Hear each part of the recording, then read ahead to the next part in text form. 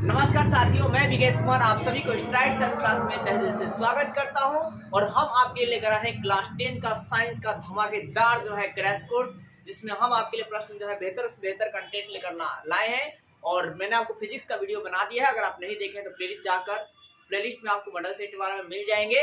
और यहाँ पर आपकी जो है अभी क्लास जो चलाएंगे आपके लिए केमिस्ट्री का बहुत ही धमाकेदार क्वेश्चन को आपको बताने वाले हैं। तो चलिए स्टार्ट करते हैं। सबसे पहले बात करते हैं इलेक्ट्रॉनिक विन्यास। इससे क्वेश्चन बहुत ज्यादा आता है। तो पेपर में पूछा गया एक बार कि बताइए कैल्शियम और क्रोमियम का इलेक्ट्रॉनिक विन्यास क्या होता है। जैसे कि पूछा गया है तो कैल्शियम की आपको परमाणु संख्या आने चाहिए, अब परमाणु संख्या आने चाहिए। और तो परमाणु संख्या कैसे रखेंगे आप इसका दोस्तों 20 होता है। पहली कक्षा में 2 लिखेंगे, दूसरी कक्षा में 8 लिखेंगे, तीसरी में भी 8 लिखेंगे और कितना बचेगा दोस्तों 2। ये हो गया कैल्शियम की। फिर पूछा है क्रोमियम का, तो क्रोमियम की परमाणु संख्या कितना होता है दोस्तों 24 होता है। तो पहली कक्षा में 2, दूसरी में 8, तीसरी में 8, 18 के 24 ज्यादा हो जाएगा। और फिर यहाँ पर कितना दोस्तों 6 हो जाएगा। कितना हो जाएगा 6 हो जाएगा, क्योंकि ये 18 हो गया, 18 6 कितना हो गया 24 हो गया। ये इसका क्या हुआ दोस्तों इलेक्ट्रॉनिक श्वसन अभिक्रिया को ऊष्माक्षेपी अभिक्रिया क्यों कहते हैं। तो आप क्या लिखेंगे, लिखेंगे आप कि श्वसन अभिक्रिया को ऊष्माक्षेपी अभिक्रिया कहते हैं क्योंकि जब कोई मनुष्य वायुमंडल से वायु को ग्रहण करता है तो ऑक्सीजन हीमोग्लोबिन के साथ पूरे शरीर में गमन करता है। पूरे शरीर में क्या होता है गमन करती है। और फिर उपापचय क्रियाओं के बाद, मतलब बहुत सारी क्रियाओं के बाद, अभी पूछते हैं फिर बहुत सारी क्रियाओं के बाद CO2 के रूप के बाहर जो है सांस जब छोड़ते हैं तो CO2 के रूप में बाहर निकलती है, जिसमें उष्मा भी होता है। अतः श्वसन अभिक्रिया को ऊष्माक्षेपी अभिक्रिया कहते हैं। जैसे आप देखिए, अब करेंगे तो भाप देंगे ना, यहाँ पर छोड़िएगा यहाँ सांस भी, तो यहाँ पर गर्मी हल्का है। क्यों? और गर्मी का है कि किस में क्या है दोस्तों उष्मा भी है, भाप भी निकलती है। तो इसलिए श्वसन अभिक्रिया को क्या बोलते हैं ऊष्माक्षेपी अभिक्रिया कहते हैं। इतना आप सजा के लिखिए, इसका आप स्क्रीनशॉट लीजिए। आप भाप की अभिक्रिया जो है जल से करवाएंगे तो क्या होता है। भाप की अभिक्रिया जल से कराई जाती है तो क्या होता है। एक और क्वेश्चन दिया है दोस्तों, कैल्शियम की अभिक्रिया जल से कराई जाती है तो क्या होता है। तो आप लिखेंगे कि जब भाप की अभिक्रिया जल से कराई जाती है तो मैग्नेटाइट बनता है और हाइड्रोजन गैस मुक्त होती है। क्या बनता है, मैग्नेटाइट बनता है और हाइड्रोजन गैस मुक्त होती है। तो अब इक्वेशन क्या है दोस्तों, आयरन का इक्वेशन क्या होता है Ap, और भाप का मतलब H2O, और आपने रिएक्शन करवाया तो क्या मिलेगा Fe3O4, मैग्नेटाइट बन गया। और कौन सी गैस निकलती है तो हाइड्रोजन गैस निकलेगा। अब बात रही समीकरण को बैलेंस करना, तो चलिए बैलेंस करना भी यहाँ ही पर सीख जाइए आप। तो देखिए यहाँ पर F3 है, यहाँ पर क्या बोलते हैं, और यहाँ पर ऑक्सीजन 3 है, यहाँ पर ऑक्सीजन क्या है 1 है। तो सबसे पहले आप दोस्तों ऑक्सीजन को बैलेंस कीजिए। तो यहाँ पर ऑक्सीजन को यहाँ पे कितना है आपका 4 है, यहाँ पर कितना है 1 ही है, यहाँ 4 से गुना कर देते हैं तो ये हाइड्रोजन कितना हो गया 8 हो गया। कितना हो गया 4 दूना 8, और यहाँ Fe 3 है तो यहाँ पर 3Fe कर लीजिए। और ऑक्सीजन तो 4 हो ही गया आपका, 4 ऑक्सीजन 4 कम 4। अब यहाँ पर हाइड्रोजन 2 है, कितना है 2, और यहाँ पर हाइड्रोजन कितना है 8 हुआ है, यहाँ किससे गुना कर देंगे 4 से। इक्वेशन भी क्या हो गया दोस्तों बैलेंस हो गया। अब बात करते हैं दूसरा हमारा था कैल्शियम से। क्या था कैल्शियम से, तो कैल्शियम का से क्या कीजिएगा कि जब कैल्शियम की अभिक्रिया भाप से कराई जाती है तो एक लाइन लिख देना पड़ेगा, कैल्शियम की अभिक्रिया भाप से कराई जाती है तो कैल्शियम हाइड्राइड बनता है और हाइड्रोजन गैस मुक्त होती है। जैसे आप लिख देंगे कैल्शियम फॉर्मूला क्या होगा Ca, अब प्लस क्या हो जाएगा भाप का H2O, आपने रिएक्शन कराया तो क्या मिलेगा CaOH का होल 12। इसको बोलते हैं दोस्तों बुझा हुआ चूना। क्या बोलते हैं बुझा हुआ चूना। और प्लस में क्या निकलेगा दोस्तों, तो हाइड्रोजन गैस क्या होगी निकलेगी, इसमें भी हाइड्रोजन गैस निकलेगा। अब ये बैलेंस है कि नहीं आप चेक कर लीजिए। यहाँ पर 2 हाइड्रोजन है और यहाँ पर देखिए दोस्तों इधर ज्यादा दिक्कत है, यहाँ पर 2 ऑक्सीजन है, होल ट्रांस में 2 ऑक्सीजन है, तो यहाँ भी क्या करेंगे 2 ऑक्सीजन करेंगे तो हाइड्रोजन कितना हो गया 4 हो गया। और यहाँ 2 हाइड्रोजन कितना हो गया 4 हाइड्रोजन। बैलेंस है किसका ना बैलेंस हो गया। तो अब दोस्तों आप इसका एक्सप्रेशन लेंगे। दोस्तों उदासीनीकरण अभिक्रिया क्या होती है, तो है क्या दोस्तों जब अम्ल की अभिक्रिया भस्म से कराई जाती है तो लवण और जल बनता है तो उसे उदासीनीकरण अभिक्रिया कहते हैं। क्या सुना आपने कि जब अम्ल की अभिक्रिया भस्म से कराई जाती है तो लवण और जल बनता है तो उसे उदासीनीकरण अभिक्रिया कहते हैं। अब दोस्तों अम्ल क्या होता है? जो पदार्थ स्वाद में खट्टा होता है उसे अम्ल कहते हैं, और जो पदार्थ स्वाद में कड़वा होता है उसे भस्म कहते हैं। तो इसका आप उदाहरण भी लिखेंगे अभिक्रिया लिखने के बाद, फिर आप उदाहरण लिखेंगे क्या दोस्तों? अम्ल का आप जैसे HCl हो गया, हाइड्रोक्लोरिक अम्ल, इसका pH मान 1 होती है। और भस्म जैसे आपने लिख लिया क्या दोस्तों? सबसे अच्छा NaOH, ये आपका भस्म हो गया। जिसमें OH रहेगा पहचान है, जिसमें OH रहेगा वो भस्म है या क्षार है। आप ऑब्जेक्टिव भी लगाते जाएंगे। अब देखिए दोस्तों, ये Na धातु है, Cl अधातु है, तो क्या बन जाएगा? NaCl। और ये क्या बन जाएगा? आपका H2O। ठीक है, आप ट्रिक याद कर लेना, लिखना होगा तो, कि देखिए कि जब भी एसिड का रिएक्शन किसी बेस से कराया जाएगा तो हमें मिलेगा साल्ट और दोस्तों वाटर मिलेंगे 100%। तो आप इसका स्क्रीनशॉट ले सकते हैं। अब हम देखना है दोस्तों प्लास्टर ऑफ पेरिस का निर्माण की विधि क्या है और इसका उपयोग लिखिए। तो प्लास्टर ऑफ पेरिस को कैसे बनाया जाता है, बहुत ही ध्यान सुनिएगा। जब है क्या दोस्तों, जब जिप्सन को 337 केल्विन ताप पर गर्म करते हैं तो प्लास्टर ऑफ पेरिस प्राप्त होता है। क्या सुना आपने? जब जिप्सन को 337 केल्विन ताप पर गर्म करते हैं तो प्लास्टर ऑफ पेरिस प्राप्त होता है। ठीक है, और फिर दोस्तों आप क्या लिखेंगे कि यहाँ पर आपका है क्या, इसके बाद आप इक्वेशन लिख देंगे। तो जिप्सन का फॉर्मूला क्या होता है दोस्तों, ध्यान दीजिएगा, CaSO4 इंटू 2H2O, ये आपका जिप्सन का फॉर्मूला हो गया। ठीक है, और इसको आप कितना पर गर्म करते हैं? 300 ऐसे लिख देंगे, 37 केल्विन ताप। तो क्या मिलेगा? प्लास्टर ऑफ पेरिस CaSO4 का whole twice into H2O, CaSO4 का होल ट्वाइस इंटू H2O। तो ये आपका हो गया प्लास्टर ऑफ पेरिस। यहाँ पर लिख भी देंगे आप, प्लास्टर ऑफ क्या दोस्तों? पेरिस। ठीक है, शॉर्ट में इसको बोलेंगे POP। क्या बोलते हैं? POP। तो आप भाषा लिखने के बाद ये समीकरण लिखेंगे। और है क्या दोस्तों, यहाँ पर आप ध्यान देंगे कि यहाँ पर आप ये कर देंगे, क्या बोलते हैं, इसका उपयोग पूछ रहा है तो आप इसका उपयोग भी लिखेंगे। क्या लिखेंगे? उपयोग। तो इसका उपयोग जो है क्या है कि टूटी फूटी हड्डियों को जोड़ने में, क्या सुना आपने? टूटी फूटी हड्डी को क्या करने में? जोड़ने में, टूटी फूटी हड्डी को जोड़ने में पहला उपयोग हो गया। दूसरा उपयोग दोस्तों कि मूर्ति को चिकनाई में, मूर्ति के चिकनाई में। और तीसरा उपयोग दोस्तों सीमेंट पेंट में। किसमें होता है? सीमेंट पेंट के रूप में किया जाता है। फिर पुट्टी के रूप में भी किया जाता है, दीवारों में पुट्टी के रूप में भी किया जाता है। ये इसके आपका हो गया उपयोग दोस्तों। तो आप इतना स्क्रीनशॉट लीजिए। और एक और बात दोस्तों, स्क्रीनशॉट एक और बात रखेगा कि ये जिप्सन का फॉर्मूला है, इसका ऑब्जेक्टिव रखेगा।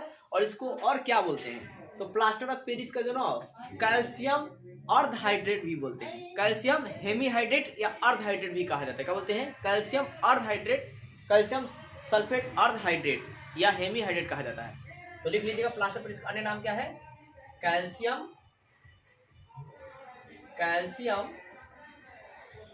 सल्फेट अर्धहाइड्रेट या हेमीहाइड्रेट। क्या बोलेंगे? अर्धहाइड्रेट या हेमीहाइड्रेट। अब आप स्क्रीनशॉट लीजिए दोस्तों कि धातुएं जो है जल से अभिक्रिया करके क्या बनाती है। तो आप क्या रखना, धातुएं जो है जल से अभिक्रिया कर जब मेटल का रिएक्शन, ट्रिक याद रखिएगा, जब मेटल का रिएक्शन जो है किसे करवाएंगे? जल से, तो क्या होगा कि मेटल का हाइड्राइड बनेगा। क्या बनेगा? मेटल का हाइड्राइड, OH मतलब हाइड्राइड। और हाइड्रोजन गैस क्या होगी? रिलीज होगी, मतलब हाइड्रोजन गैस मुक्त होगा। ठीक है, तो अब यहाँ पर बात करते हैं तो आप क्या लिखेंगे? जब धातु की अभिक्रिया जल से कराई जाती है तो धातु का हाइड्राइड बनता है और हाइड्रोजन गैस मुक्त होता है, हाइड्रोजन गैस निकल जाता है। अब कुछ एग्जाम्पल समझ लीजिए। मान लीजिए आपके पास धातु था सोडियम और यहाँ पर ले लिया जल, तो क्या मिलेगा? धातु का हाइड्राइड, तो Na हो जाएगा OH। अब प्लस में क्या होगा? हाइड्रोजन गैस बाहर निकल जाएगी। अब इक्वेशन बैलेंस नहीं है तो क्या करेंगे आप? इक्वेशन बैलेंस करने के लिए यहाँ पर H2 है और यहाँ पर भी H2 है, यहाँ O1 है, यहाँ पर O1 है, यहाँ पे H डबल हो गया है।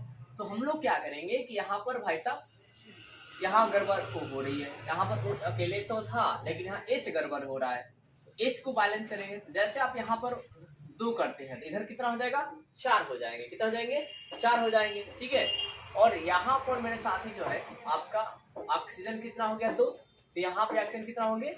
2। तो अब ये दो हाइड्रोजन यहाँ 4 हो गया, देखिए 4 हाइड्रोजन हो गया, और यहाँ पर 2 हाइड्रोजन 4 2 और ये 2 कितना हो गया 4 हो गया, और सोडियम 2 है इधर है, इधर भी 2 बैलेंस हो गया। तो इक्वेशन आपको इस तरह बैलेंस भी कर देने हैं। एक और आप देख लीजिए, जैसे आपने K से किया और प्लस क्या हो गया H2, तो क्या हो जाएगा एकदम ऐसे, तो K OH आपका बन जाएगा अब प्लस में हाइड्रोजन। अब इसको भी ऐसे ही बैलेंस कर लेंगे, यहाँ 2 लगा लेंगे मेरे साथी और यहाँ भी 2 लगा देंगे, हो गया बैलेंस, 2 लगा देना है। तो आप इसको स्क्रीनशॉट लीजिए। हमारा क्वेश्चन दोस्तों, खनिज और अयस्क में क्या अंतर है। एकदम ध्यान सुनिएगा, आप लिखेंगे खनिज और अयस्क में निम्नलिखित अंतर है। और पहला बात लिखिए, खनिज को खदानों से खोदकर निकाला जाता है। क्या सुना, खनिज को खदानों से खोदकर निकाला जाता है, ठीक है। और फिर दोस्तों आपका है क्या, जैसे आप लिख देंगे खनिज का कुछ उदाहरण लिख दीजिएगा, जैसे कोयला, पेट्रोलियम, ठीक है, फिर आपका केरोसिन, डीजल, ठीक है, मैग्नेटाइट, हेमेटाइट, बॉक्साइट, ये सब क्या है, खनिज है। अब आप लिखेंगे अयस्क, हेडिंग बना लेंगे और फिर लिखेंगे अयस्क के बारे में कि जिस खनिज से धातु को कम खर्च और आसानी से प्राप्त किया जाता है, जिस खनिज से धातु को कम खर्च और आसानी से प्राप्त किया जाता है उसी खनिज को अयस्क कहा जाता है, जैसे हेमेटाइट, मैग्नेटाइट, बॉक्साइट, कॉपरपेराइट इत्यादि। अब हमारा क्वेश्चन है दोस्तों, एथेनॉल से एथेनोइक अम्ल की जो निर्माण की प्रक्रिया है उसे ऑक्सीकरण अभिक्रिया क्यों कहते हैं। तो आप लिखेंगे एथेनॉल से एथेनोइक अम्ल की निर्माण प्रक्रिया को ऑक्सीकरण अभिक्रिया कहते हैं, क्योंकि तक आपको बचाना है, क्योंकि इसमें दोस्तों ऑक्सीजन का क्या होता है, ग्रहण होती है। ऑक्सीजन क्या होते हैं, ग्रहण होते हैं। ऑक्सीजन क्या होते हैं दोस्तों, ग्रहण होते हैं। और इसके बाद आप लिखेंगे इसका समीकरण, क्या लिखिएगा आप, समीकरण लिखेंगे। तो समीकरण जो है ना कैसे लिखेगा दोस्तों, एथेनॉल का फॉर्मूला क्या होता है, C2H5OH।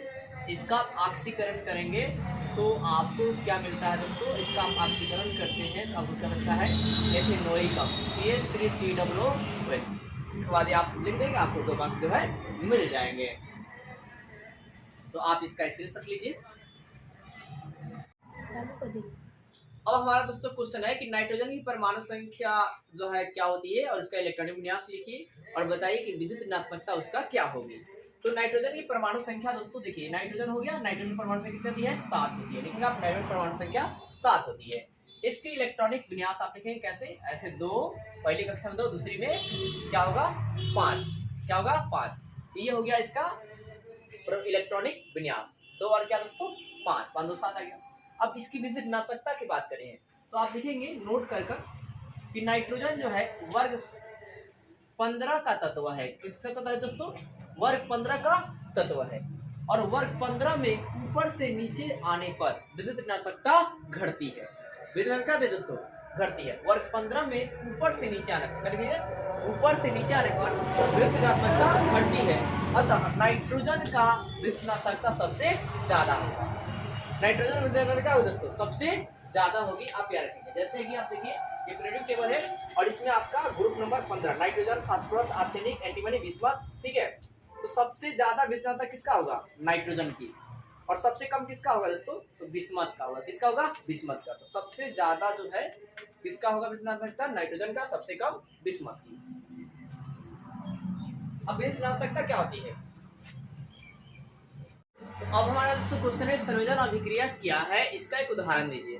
तो सुनिए जरा ध्यान से, जब 2 या 2 से अधिक, क्या सुना, जब 2 या 2 से अधिक परमाणु मिलकर एक नए अणु या यौगिक का निर्माण करते हैं तो उसे संयोजन अभिक्रिया कहते हैं। सिंपली समझना है मेरे साथी कि जब 2 एटम मिलकर एक मॉलिक्यूल का निर्माण करेंगे तो उसे ही संयोजन अभिक्रिया कहेंगे। मतलब 2 को मिलकर एक बड़ा निर्माण कर देगा, ठीक है। जब भी आप ऐसे रिएक्शन देखिएगा 2 को मिलकर एक बना दे रहा होगा बड़ा सा, तो उसे कहेंगे संयोजन, ठीक है। अब उदाहरण की बात करते हैं, जैसे मान लीजिए Na आप प्लस क्या हो गया Cl, तो मिल जाएगा तो क्या बन जाएगा मेरे साथी, NaCl। एक और उदाहरण देख लीजिए, H2 प्लस Cl2, तो एरो मार्क क्या बन जाएगा HCl।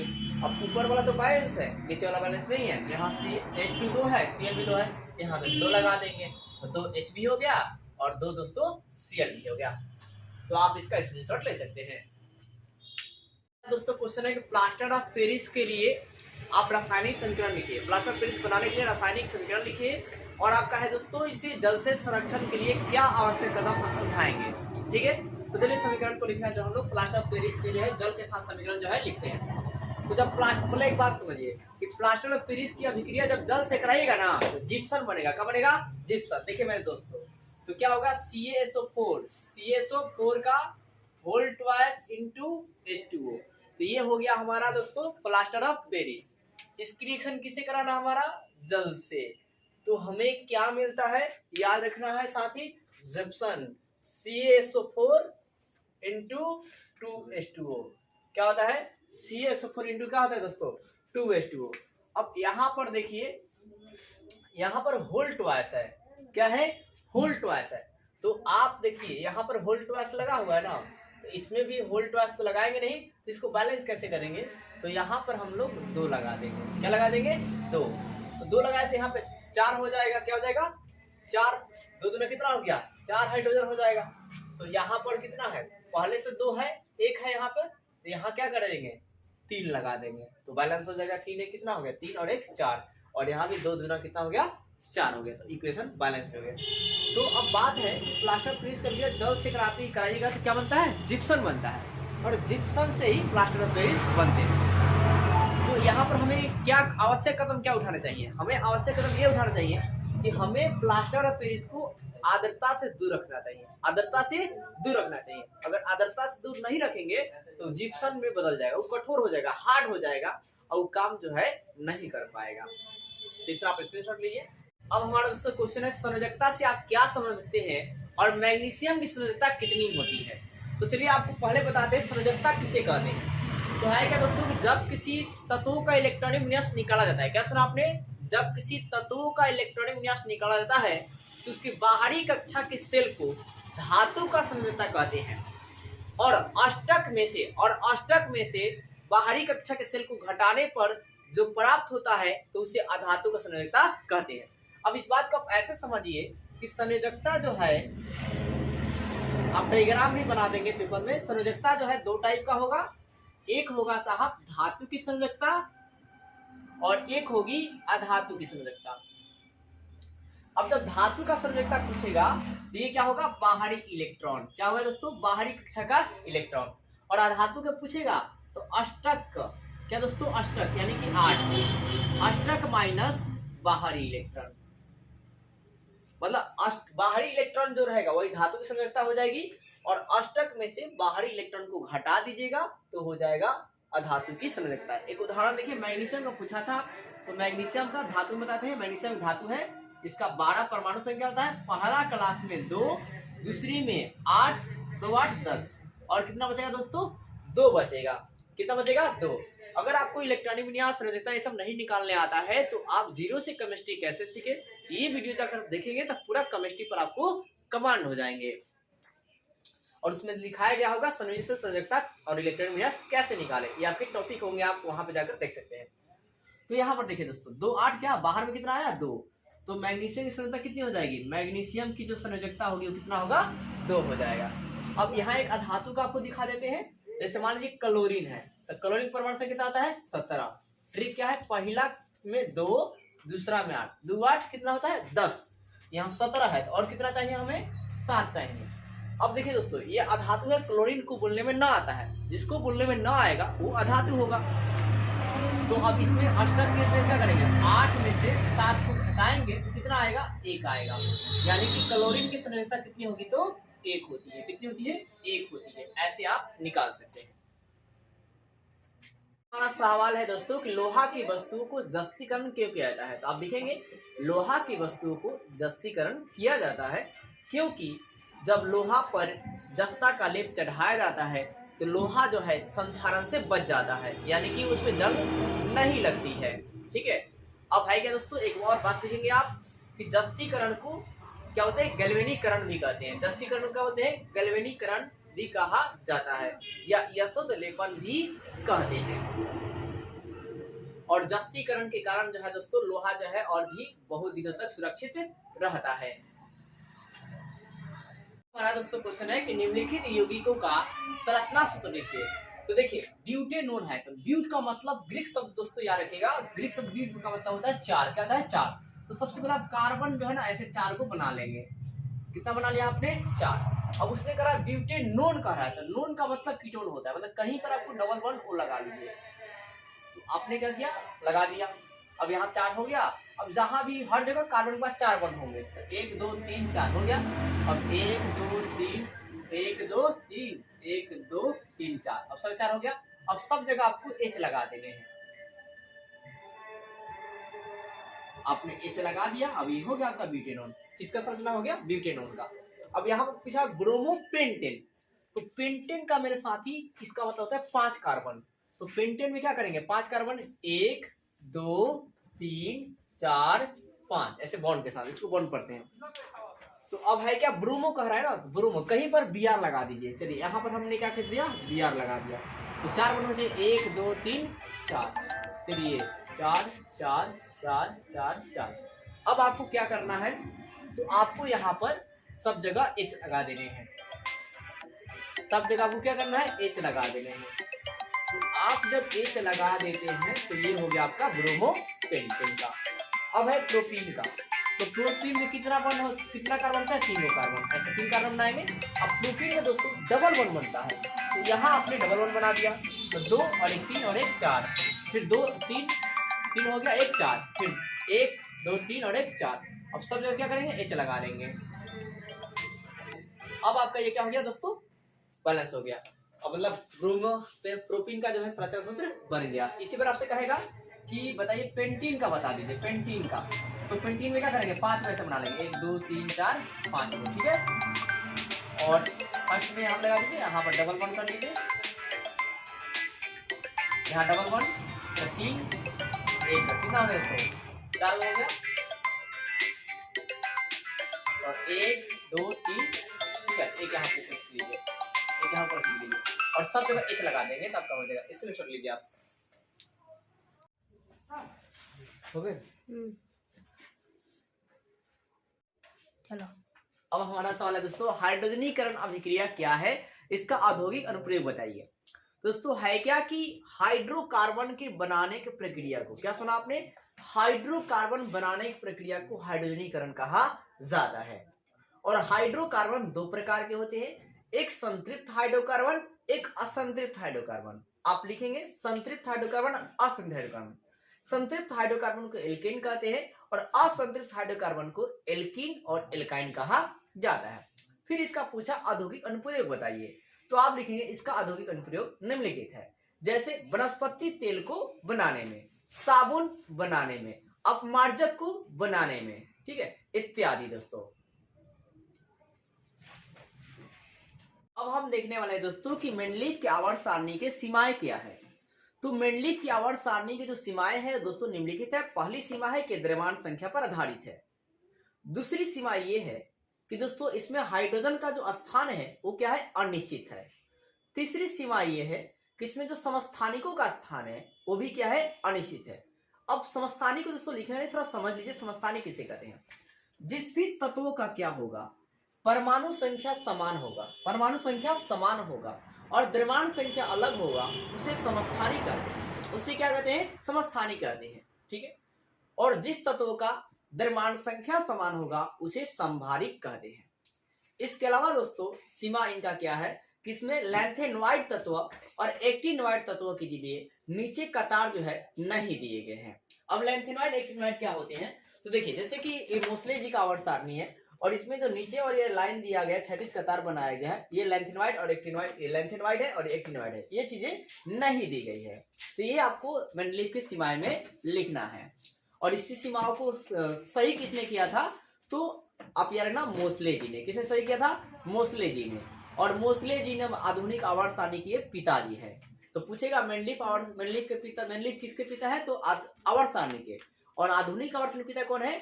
तो मोसले जी हैं। कौन है? मोसले जी। और अष्टक नियम किसने दिया है? तो ये आप याद रखिएगा, न्यूलैंड्स ने। किसने दिया है दोस्तों? न्यूलैंड्स ने दिया है। अब वर्गों की संख्या कितनी है? तो 18 है, वर्ग संख्या 18 है। और आवर्त की संख्या कितनी है दोस्तों? 7 है। कितनी है? 7 है।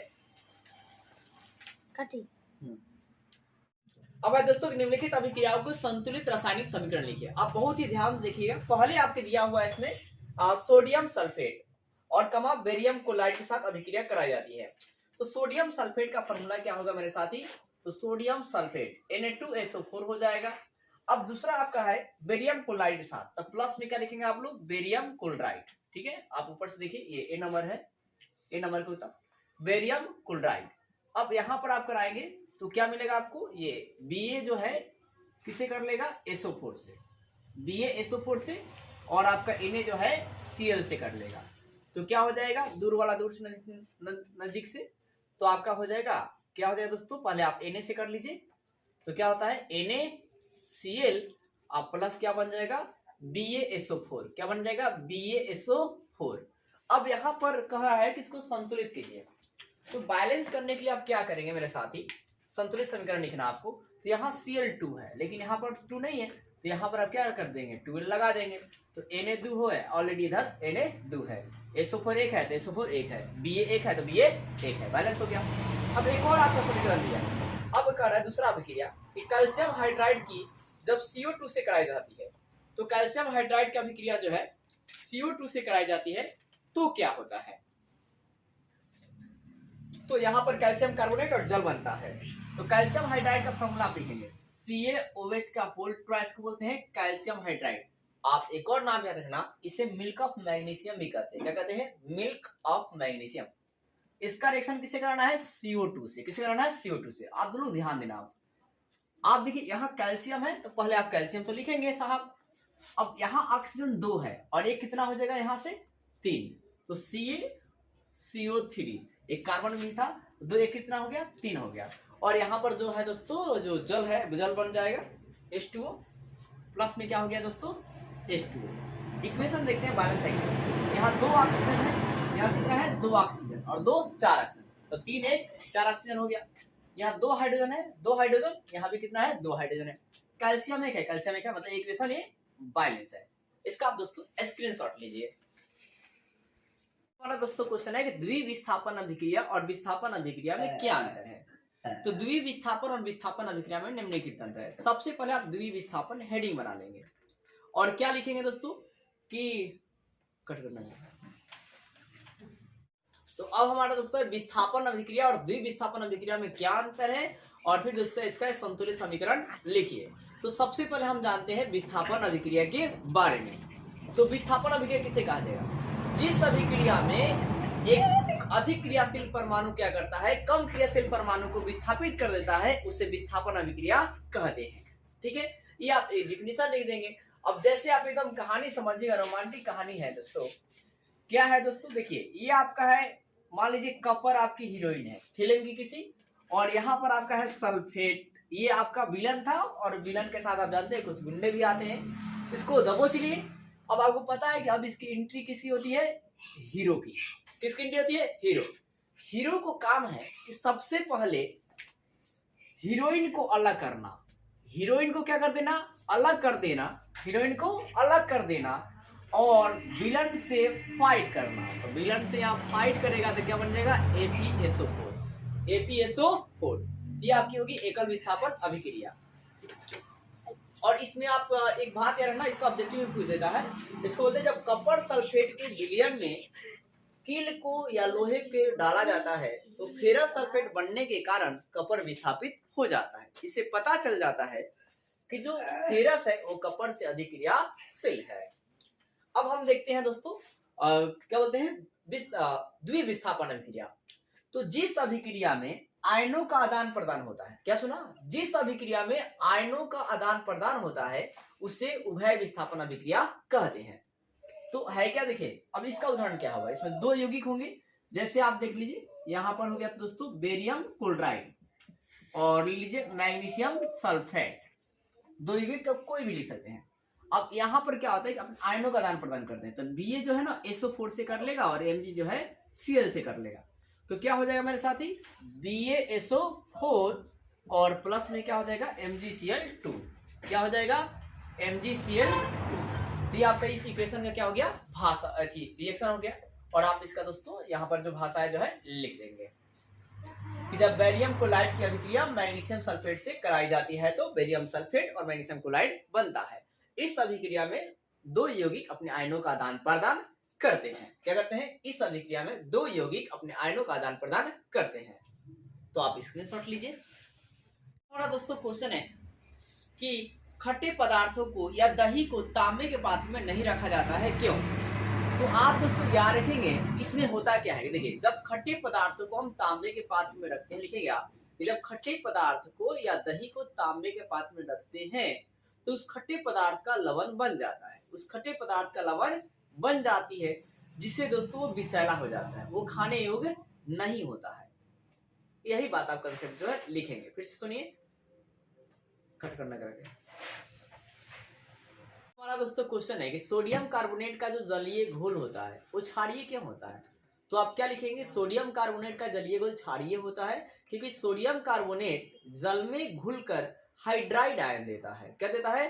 हाइड्राइड आयन देता है। जैसे देखिए दोस्तों कि अगर आप सोडियम कार्बोनेट लेते हैं, सोडियम कार्बोनेट फॉर्मूला होगा Na2CO3, और इसको आप जल में घोलते हैं तो आपको ये इक्वेशन लिख देना पड़ेंगे, NaOH मिल जाएगा और प्लस में दोस्तों क्या मिल जाएंगे? तो सोडियम कार्बोनेट मिलेगा। क्या मिलेगा? सोडियम बाइकार्बोनेट मिल जाएगा, सोडियम बाइकार्बोनेट। ठीक है, तो ये देख रहे हैं, ये जो OH है ये क्या है दोस्तों? क्षार मिल जाता है। क्या मिल जाता है? हमें क्षार मिल जाती है। तो आप इतना स्क्रीनशॉट लीजिए। अब है दोस्तों उभयधर्मी ऑक्साइड किसे कहते हैं? तो वे ऑक्साइड जिसमें धातु और अधातु दोनों का गुण पाया जाता है उसे उभयधर्मी ऑक्साइड कहते हैं। क्या सुना? वे ऑक्साइड जिसमें धातु और अधातु दोनों का गुण पाया जाता है उसे उभयधर्मी ऑक्साइड कहते हैं। और जैसे क्या हुआ दोस्तों, तो उदाहरण के लिए आप यहाँ रखेंगे Al2O3, इसका नाम एलुमिना होगा, आप नाम भी लिख लेंगे एलुमिना। और फिर क्या दोस्तों? Zn, इसका नाम क्या होगा? जिंकाइट या जिंक ऑक्साइड। क्या होता है? जिंकाइट या जिंक ऑक्साइड। तो आप नोट करें दोस्तों, स्क्रीनशॉट भी लें। अब हमारा दोस्तों क्वेश्चन है कि किण्वन क्रिया क्या होती है? किण्वन क्रिया क्या होती है? इसे कैसे गैस निकलती है? तो जब किसी पदार्थ को सराया जाता है, जनरली गन्ने को या मतलब अंगूर को, तो है क्या, जब किसी पदार्थ को जैसे गन्ने और अंगूर को सराया जाता है तो यह प्रक्रिया जो है किण्वन कहलाती है। मतलब किसी पदार्थ को सराकर बनाने की जो प्रक्रिया होती है इसे किण्वन कहते हैं। क्या सुना आपने? किसी पदार्थ को सराकर बनाने की प्रक्रिया को किण्वन कहते हैं। जैसे कि अंगूर से या गन्ने से शराब को बनाना। अब इसमें कौन सी गैस निकलती है? तो आप लिखेंगे इसमें जो है CO2 गैस निकलती है। क्या कौन सी गैस निकलती है दोस्तों? CO2 गैस निकलती है। और आप याद रखना कि शराब को किण्वन विधि से, एल्कोहल को किण्वन विधि से ही तैयार किया जाता है। तो आप इसका स्क्रीनशॉट लीजिए। क्वेश्चन दोस्तों, एक तत्व का इलेक्ट्रॉनिक विन्यास 287 है तो इसकी परमाणु संख्या बताइए और इस तत्व का नाम बताइए। तो जब किसी तत्व का आप लिखेंगे एक तत्व का इलेक्ट्रॉनिक विन्यास 287 है तो इसकी परमाणु संख्या 17 होगी, जोड़ लेंगे तो। और यह तत्व क्लोरीन होगा, और यह तत्व क्या होगा? क्लोरीन होगा। और नोट लिख लीजिएगा दोस्तों कि क्लोरीन यह है वर्ग 17 के तत्व है। क्लोरीन क्या है दोस्तों? वर्ग 17 के तत्व है। तो आप इतना स्क्रीनशॉट लीजिए। अब हमारा दोस्तों क्वेश्चन है कि संतुलित रासायनिक समीकरण क्या है और इसे संतुलित करना क्यों आवश्यक है? तो आप लिखेंगे कि जब किसी रासायनिक समीकरण में प्रतिकारक और प्रतिफल, क्या सुना?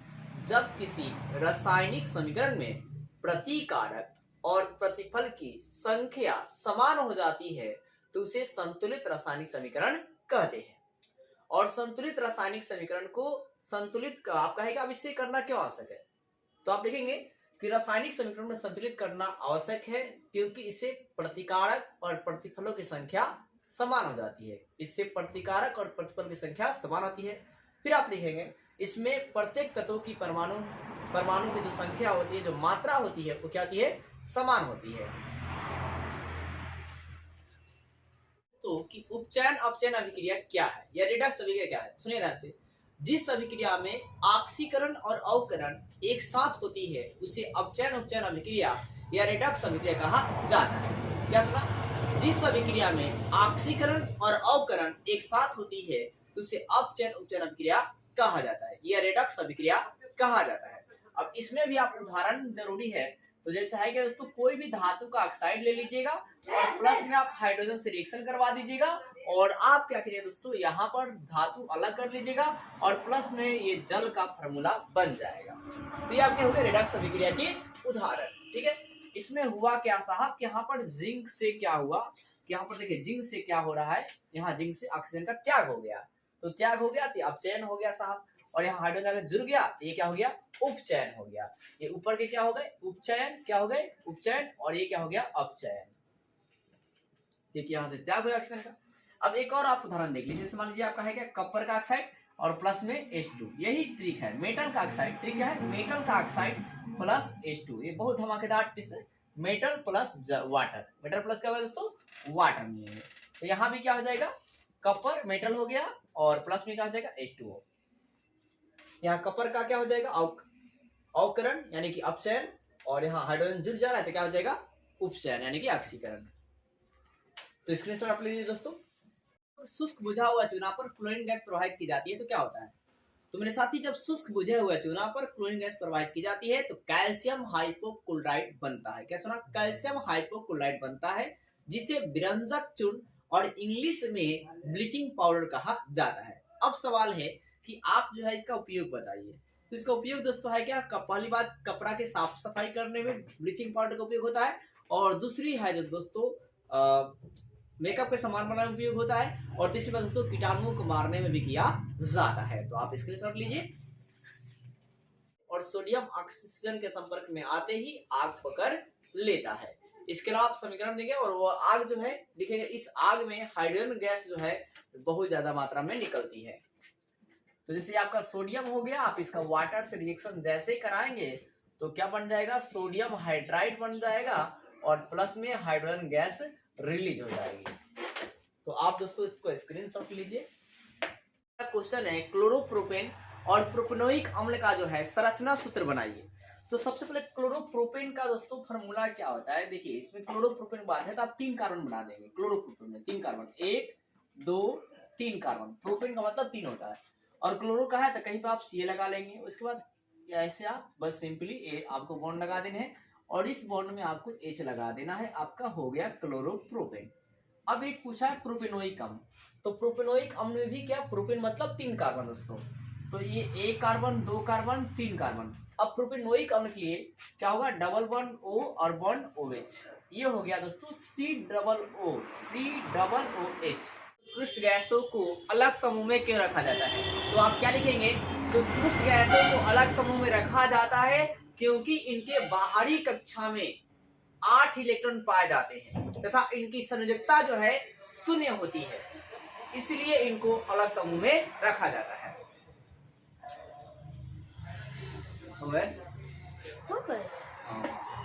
दोस्तों क्वेश्चन है कि निम्नलिखित अभिक्रियाओं को संतुलित रासायनिक समय लिखिए। क्या है, जिंक प्लस सिल्वर नाइट्रेट, एरोमार जिंक नाइट्रेट प्लस सिल्वर। तो जिंक का फॉर्मूला क्या दोस्तों, आप देखिए, आप लिखेंगे जिंक का Zn लिखेंगे फर्स्ट देखकर, और सिल्वर नाइट्रेट का आता है दोस्तों Ag मतलब सिल्वर, नाइट्रेट का NO3, Ag मतलब सिल्वर, NO3 मतलब नाइट्रेट, सिल्वर नाइट्रेट। तो क्या बन रहा है दोस्तों, यहाँ पर आप ये जिंक नाइट्रेट बन जा रहा है, और सिल्वर क्या हो जा रही है, प्रतिस्थापित हो जा रहा है। आप यहाँ नीचे लिख भी देंगे कि यह अभिक्रिया जो है प्रतिस्थापन अभिक्रिया है। अब बात करते हैं कि सोडियम की अभिक्रिया किसे कराते हैं, आपको दिख रहा है सोडियम का अभिक्रिया किसे कराना है, जल से। तो जल का फॉर्मूला H2O। तो क्या बनता है, कल भी बताए थे, सोडियम हाइड्राइड बनती है और हाइड्रोजन गैस जो है आपका रिलीज होती है। सोडियम हाइड्रोक्साइड बन गया, हाइड्रोजन गैस रिलीज हो गया। तो दोनों का आप स्क्रीनशॉट लीजिए दोस्तों। तो क्वेश्चन है ऊष्माक्षेपी और ऊष्माशोषी अभिक्रिया क्या है। तो पहले लिखेंगे आप ऊष्माक्षेपी अभिक्रिया, जिस अभिक्रिया में ऊष्मा निकलती है उसे ऊष्माक्षेपी अभिक्रिया कहते हैं। और इसका आप उदाहरण लिख देंगे C+O2 एरोमार CO2 प्लस ऊष्मा, ठीक है, ऊष्माक्षेपी अभिक्रिया। फिर आपका है ऊष्माशोषी अभिक्रिया लिखेंगे, कि जिस अभिक्रिया में ऊष्मा ग्रहण होता है, जिस अभिक्रिया में ऊष्मा ग्रहण होता है उसे ऊष्माशोषी अभिक्रिया कहते हैं। जैसे क्या दोस्तों, C+O2 प्लस ऊष्मा एरोमार्क CO2। तो इसका आप स्क्रीनशॉट लीजिए दोस्तों। क्वेश्चन है कि हाइड्रोजन आयन की सांद्रता विलयन की प्रकृति पर क्या प्रभाव पड़ता है। तो हाइड्रोजन आयन की सांद्रता विलयन की प्रकृति पर निम्नलिखित प्रभाव पड़ता है। पहला नंबर 1, यह बतलाता है कि विलयन क्या है, कि अम्लीय है। हाइड्रोजन आयन क्या बताता है, यह बतलाता है कि विलयन क्या है जी, अम्लीय है। और दूसरा पॉइंट, यदि हाइड्रोजन आयन की सांद्रता ज्यादा होती है तो विलयन अधिक अम्लीय है, और यदि हाइड्रोजन आयन की सांद्रता कम होती है तो विलयन कम अम्लीय है। तो इतना आप स्क्रीनशॉट लीजिए। तो धोबिया सोडा और बेकिंग सोडा में क्या अंतर है? तो आप पहले धोबिया सोडा को समझिए। तो लिखेंगे आप धोबिया सोडा का जो फॉर्मूला होता है वो Na2CO3 इंटू 10H2O होता है। धोबिया सोडा का फॉर्मूला क्या होता है? Na2CO3 इंटू 10H2O होता है। ठीक है, धोबिया सोडा का फॉर्मूला Na2CO3 10H2O होता है। ठीक है, और धोबिया सोडा का उपयोग जो है धोने में करते हैं। किसमें करते हैं? धोने में। अब बात करते हैं बेकिंग सोडा का। तो बेकिंग सोडा का जो फॉर्मूला होता है वो NaHCO3 होता है, सोडियम बाइकार्बोनेट। ठीक है, NaHCO3 होता है। बेकिंग सोडा का जो नाम है वो क्या है दोस्तों? फॉर्मूला क्या है? NaCO3 होता है। और इसका जो उपयोग है रसोई घर में करते हैं। किसमें करते हैं? रसोई घर में किया जाता है। पावरोटी को फुलाने में किया जाता है। ठीक है, पावरोटी में, पकवान में इत्यादि में किया जाता है। इसका आप स्क्रीनशॉट लीजिए दोस्तों। कि जस्ता के दो अयस्कों का नाम लिखिए और सूत्र लिखिए। आप लिखेंगे कि जस्ता के जो है दो अयस्कों के नाम और सूत्र निम्नलिखित है। अब पहले जस्ता के दो अयस्क देखते हैं। तो पहला है दोस्तों, याद रखिएगा, जिंकाइट। क्या है? जिंकाइट। पहला अयस्क जिंकाइट है और फॉर्मूला क्या होगा? ZnO। ठीक है, और दूसरा अयस्क का नाम क्या है? जिंक ब्लेड, और इसका फॉर्मूला क्या होगा? ZnS दोस्तों। क्या होता है? ZnS। तीसरा एक और याद रखिएगा दोस्तों, कैलेमाइन भी होता है। क्या होता है? कैलेमाइन भी होता है। क्या होता है? कैलेमाइन, और इसका फॉर्मूला क्या होता है? ZnCO3 होता है। क्या होता है? ZnCO3 होता है। आप इसका स्क्रीनशॉट लीजिए। दोस्तों क्वेश्चन है कि कार्बन में सहसंयोजक यौगिक क्यों बनता है? तो आप लिखेंगे कार्बन में सहसंयोजक यौगिक बनता है क्योंकि कार्बन के पास 4 इलेक्ट्रॉन पाए जाते हैं। कितने नंबर है? 4 इलेक्ट्रॉन पाए जाते हैं, जो साझा करके सहसंयोजक यौगिक बनाता है। जो साझा करके सहसंयोजक बनाता है, जैसे मेथेन, प्रोपेन, ब्यूटेन, डेकेन इत्यादि। आप इसका स्क्रीनशॉट लीजिए। तो सजातीय श्रेणी क्या है? जब कार्बनिक यौगिकों के बीच CH2 का अंतर होता है तो उसे सजातीय श्रेणी या समजातीय श्रेणी कहते हैं। क्या सुना? कि जब कार्बनिक यौगिकों के बीच CH2 का अंतर होता है तो उसे सजातीय श्रेणी या समजातीय श्रेणी कहते हैं। जैसे आप उदाहरण में लिख देंगे, जैसे मान लीजिए आपका ब्यूटेन का आप बना लीजिए ऐसे CH2 CH2 CH2 CH2 last में CH3। तो आप देखिए यहाँ पर क्या आप ऐसे दर्शा भी देंगे, यहाँ पर CH2 क्या जी? अंतर है। यही क्या है दोस्तों? सजातीय श्रेणी है। सजातीय श्रेणी मतलब एक जात का। क्या दोस्तों? एक जात का होना चाहिए। आप इसका स्क्रीनशॉट लीजिए। अब हमारा दोस्त क्वेश्चन है कि कैल्शियम परमाणु संख्या क्या है और क्रोमियम परमाणु संख्या क्या है, इसका इलेक्ट्रॉन विन्यास लिखें। तो कैल्शियम परमाणु संख्या 11 होती है, अतः इसका इलेक्ट्रॉन विन्यास 281 होता है। क्रोमियम परमाणु संख्या 24 होती है, अतः इसका इलेक्ट्रॉन विन्यास 2886 होता है।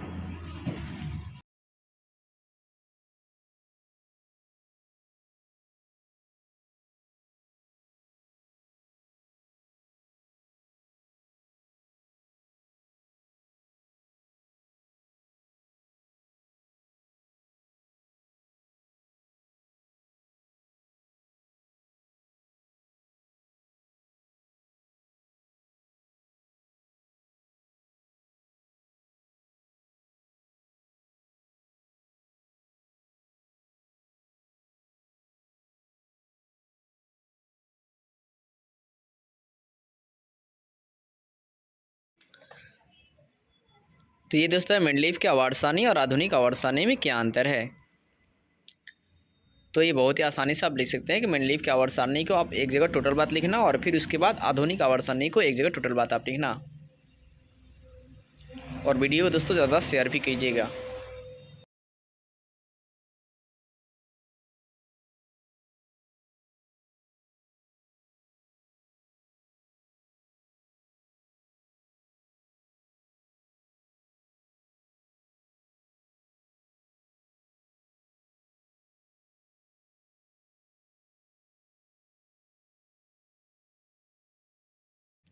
अब हमारा क्वेश्चन है कि रासायनिक गुण के आधार पर धातु और धातु में अंतर क्या है।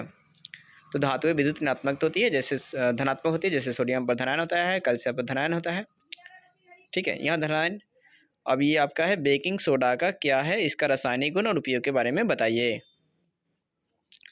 तो दोस्तों आप स्क्रीनशॉट लेते रहें, ये सारे 5 मार्क्स के इंपॉर्टेंट क्वेश्चन है और यहाँ आपका ये उपयोग है, इसका भी स्क्रीनशॉट लीजिए और बहुत ज़्यादा वीडियो को आप शेयर भी किया कीजिए। अब है दोस्तों विरंजक चूर्ण क्या है, इसका रासायनिक नाम और सूत्र को और उपयोग को लिखिए। साथ ही दोस्तों जीरो से केमिस्ट्री कैसे सीखे, इस वीडियो को आप ज़रूर पहले देख लें ताकि आपको पूरा केमिस्ट्री जो है 100% समझ में आ जाए और आपका क्वेश्चन वहीं से कितना ऑब्जेक्टिव जो है बन जाएंगे।